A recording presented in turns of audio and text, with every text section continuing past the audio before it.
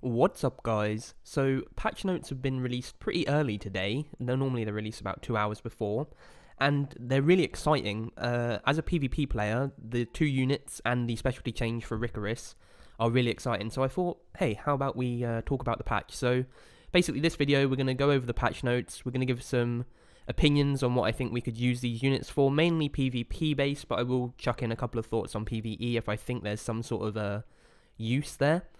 And yeah, we'll just go through it together. I won't read everything. I'm not your mum. I don't need to read it for you. I know you guys can read the patch notes yourself, but we'll definitely give some opinions on some stuff. So starting off with Silverblade Aramintha, a light elemental unit. So for PvP, we're always happy with that because we're not worrying about elemental disadvantages, you know, fire, frost, all of that sort of nonsense. So that's useful straight off the bat. She looks like she scales off of attack. I say that because she has burns, right? And burns scale off of attack. 66% of your attack is your burn damage. So, yeah, she scales off attack, so that's fine. Her S1 attacks an enemy with an explosion of flame with a 65% chance to burn for 1 turn. So, okay, probably just like a pretty decent, chunky S1 that can put burn on you. I don't really like her soul burn. It's just ignores effective resistance. It could have been something like give you an extra turn, does more damage, we could have had a lot more, but basically it's going to say, do your S1 and you will get burned. So that's interesting because her S2 is a passive, so activates flame release if the enemy is burned after using flame friction.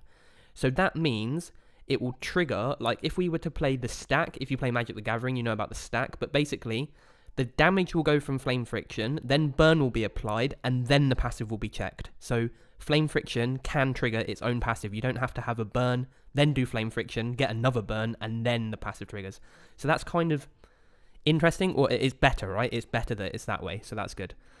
And flame release attacks all enemies with mystic fire energy, increasing the caster's combat readiness. So it's not an AoE, it just increases her combat readiness, like useful. And it does do an AoE on a passive. That's kind of that's pretty good, I reckon, depending on how much it scales. It's quite good. And then her active, always nice to see that it's on a 4-turn cooldown, which probably means that you can bring it down to a 3-turn cooldown, unless they're showing us what it max is, but probably 3 turns, which is good. And we'll just read the After Awakening, because everyone's obviously going to awaken it if you have her. Drops a giant meteor to stun all enemies for 1 turn, with a 40%, max 50 chance to inflict 3 burn effects for 2 turns. That is absolutely insane.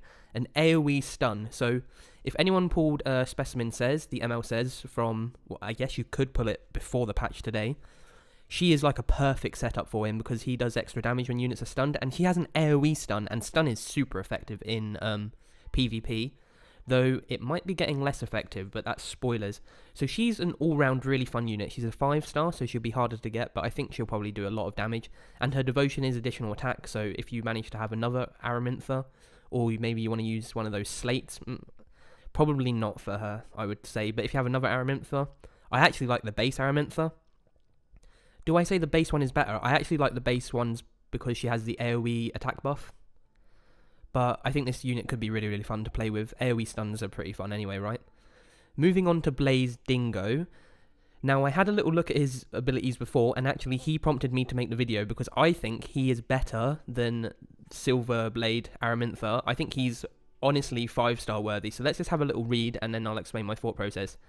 So he's light elemental again, so same deal with, like, we're good with the elemental disadvantages in PvP. That's something that we always want to think about. And then he's an attack-based unit, and he heals with every single ability. That is honestly quite insane. So his S1 is just a basic attack an enemy with a sharp dagger, healing the ally with the lowest health. Amount recovered increases proportional to damage dealt. So that means he scales off attack. So we have an attack-based unit scaling off attack, thankfully, because not all of them do that, by the way. Some of them scale off of, like, obviously speed, Sid, and things like this. So he scales off his attack, so we can give him attack boots. So that's really nice as well. And then he's always healing with the lowest amount. So he's not AoE healing, he's just healing the ally with the lowest amount, but that's fine. Like, who else do you want to heal apart from the ally with the lowest amount?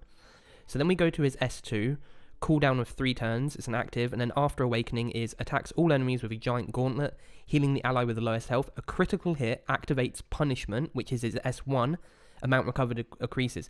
So this is insane. So basically, because he's an attack unit, you're going to build him with a 100% crit rate, or he's going to be in a team where he has a 100% crit rate, right? So this is always, his S2 is always triggering his S1. So his S2 is always a big AoE damage, and then a single target damage, and both times it's healing, so that's crazy. And then we go to his S3, which is what I really think makes him 5-star worthy. So cooldown can be minimum of 4 turns, so that's fine, because heals ally and the caster with sacred power, so it's double heal here. Grants invincibility, which we all know is like one of the best buffs that you can have basically, for 1 turn, and increases attack power for 2 turns. Amount recovered and proportional to a caster's attack, yeah, yada yada. So he buffs a target and heals himself and an ally that he's buffing, and he gives that ally invincibility. So already my Ludwig lights are turning on. Like, this unit is insane for Ludwig. And not only that, right, his soul burn is grants extra attack, and now this is insanely better than what we just saw with Silverblade Aramintha, because if we set up a turn with this guy with a soul burn available, right, we're going soul burn, giving a caster buff and invincibility. He goes an extra turn. Let's say we've got divine bolt off. He's going again, doing big damage because he's an attack unit. It's doing AoE damage. He's healing, and then his divine bolt is critting because we're building him 100% crit rate, which means he's triggering his S1 punishment, which is then doing high single target damage and healing. Like, he's going, what, 3 turns in 1 turn or something? You know, like 3 attacks in 2 turns, 4 attacks in 2 turns? That's insane. And every time he's healing. So he basically is an AoE damage healer, probably doing a lot of damage. So really fun. I really want to pull that unit. Like, I absolutely would do a hunt for him. Like, he's doing a hunt series. And then we go on to this, which I didn't see in any sort of dev notes. I did not know this was coming, but maybe I overlooked it, so it could be my fault. But we have this as a Manic Hunt, which is obviously from the raid, or the labyrinth, should we say? You know, the raid, right? So this is where we can now farm immunity, unity, I'm not really that bothered about, and rage sets. So immunity and rage sets are the big deal, right? So anyone who knows, at a really, really high level, ideally you want your attackers on rage crit. Otherwise, then you want crit damage crit, and then you go to attack crit. Now the margins are minimal, so don't, like, if you're sitting there with all of your attack units on attack percent, that's totally fine.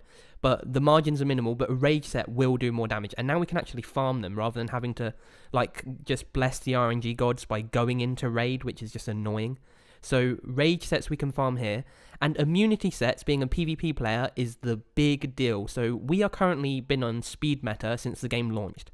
And speed meta just means I always want to move first in PvP. I want to have units like Shadow Rose, etc., or any unit that can let me move first, and I'm going to kill you before you even move. So in Magic, you would call it like a burn, I guess. That's like a burn deck or like a goldfish deck. You just don't even want to interact with the opponent, right? Now with immunity sets, it means that we can build our attackers slower. So the deal with the speed meta is you need all of your attackers to also be fast. So typically you need to give them speed on boots, right? So you're losing like 50 to 60% attack that you can get on boots, whatever it is. And that means, say you've got like a 220 Shadow Rose, which is kind of common at even the highest levels. You won't get that much higher, not honestly. Maybe there's a couple of 235s floating around, but let's say 220 is okay. That means her boost is 25%. So let's do rough maths. You need your unit, your slowest unit, has to only be 44 speed slower than 220. So what's that? 176 or something? So your slowest attack unit ideally should be 176, right? But to get that, you're probably giving up a lot of damage stats. And you need that because at the very highest levels, all of their units are synced together. So Shadow Rose is going to move, push your unit, but if your unit is slower than 176 and their units are faster, they're going to overtake you and cut, and then they might kill you and they ruin your whole combo. So now we've got immunity sets, it means that we can go, it means that we can just go, everything can be slower now, basically, which means that we can have more damage. So really, we call this like the age of the bruiser comps and the age of the slow team comps. It does not mean going first is bad. Like, you can still go first, and with stripping, and we'll talk about that in a minute, like being able to remove immunity, that can mess up slow comps. So we'll go through that now. So it's very, very cool that they added this hunt, and I don't know if we saw this. And then we go down to this, and again, I didn't even know that this was happening, but we have a specialty change for Ricarus. And this is actually a pretty good specialty change. So his new ability attacks all enemies with a hard-trained spear with a, say, 100% max chance to dispel a buff from the target before having a 75% chance to stun the enemy with the highest combat readiness regardless of skill miss. Recovers caster's health after the attack. Amount covered is proportional to attack. So we know he's an attack-based unit. He scales off attack, even though I'm looking at his devotion here is defense, which is kind of rubbish, right? What was Dingo's actually devotion before we move on? Oh, his is attack percent as well, so that's even good as well. So this guy is flat defense, whatever, he's a 3-star, so let's not go crazy, right? But this is a really interesting ability. So it's an AoE, and it dispels, but it says dispels the target, so it's an AoE, attacks all enemies with a 100% chance to dispel a buff from the target. So I don't know if that's like a single dispel, or if it's a bad translation, or if it's an AoE dispel. But if it's an AoE dispel, that's really good. That means that we want him to go fast, right? We want this unit to be a fast attacker, or at least he has to be faster. We want him to go first, yeah?